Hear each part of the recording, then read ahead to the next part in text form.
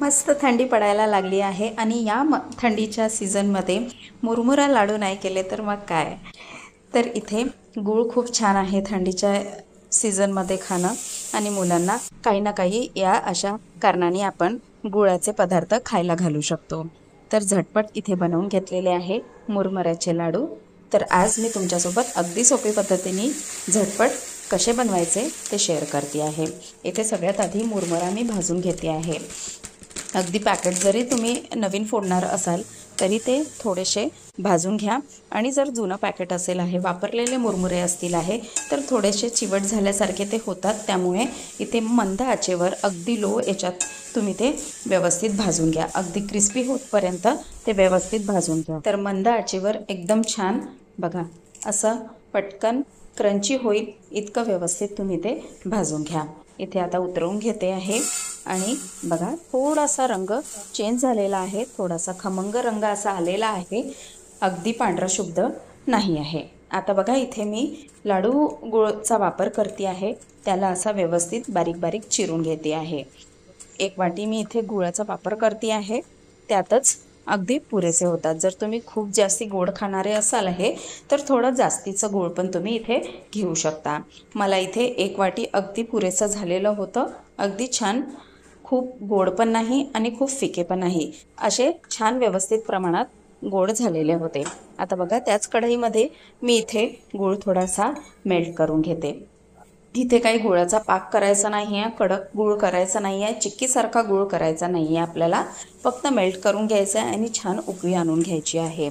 1 tablespoon मी इथे गुळाचा वापर केलेला तुपाचा वापर केलेला आहे। तूप त्याच्यात घालून छान त्याच्याने लाडवाला शाईन येईल आणि तुपाने एक चांगला फ्लेवर पण येईल आहे। बघा अगदी 2-3 टेबलस्पून मी इथे पाण्याचा पण वापर करते आहे। छान व्यवस्थित मेल्ट करून उकळून घ्यायचं आहे। इथे मी बारीक तोडून घेतलेला आहे, चिरून घेतलेला आहे, त्यामुळे इथे मेल्ट व्हायला जास्त काही वेळ लागणार नाही। तुम्हाला हवं असेल तर तुम्ही गोळाचा गोळा पण घालून घेऊ शकता, पण थोडंसं त्याला मेल्ट व्हायला वेळ लागतो।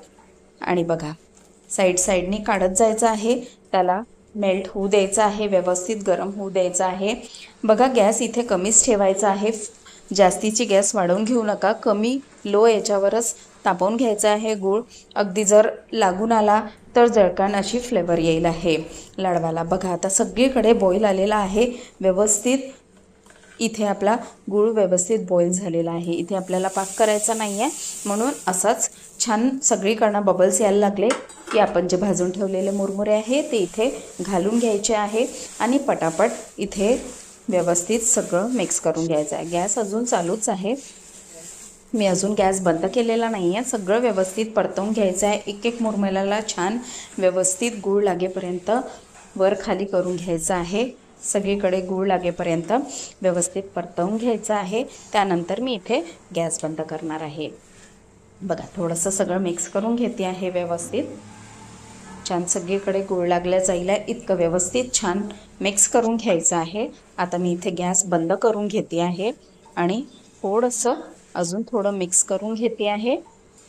छान इथे पटापट हात चालवायचा आहे, अगदी गूळ लगेच थंड झाला की लाडू वळायला त्रास होतात, त्यामुळे इथे आता बघा खाली अजिबात कुठेही लागलेलं नाही आहे, गूळ इथे लागलेला नाही आहे, सगळ्या मुरमुऱ्याला एकसाथ व्यवस्थित गूळ लागला गेलेला आहे। आता इथे बघा पाण्याचा हात घ्या किंवा तुपाचा हात घ्या, असं पाणी पण लावून घेऊ शकता आणि तूप पण लावून घेऊ शकता, असं गरम गरमच लाडू वळायला घ्यायचे आहे।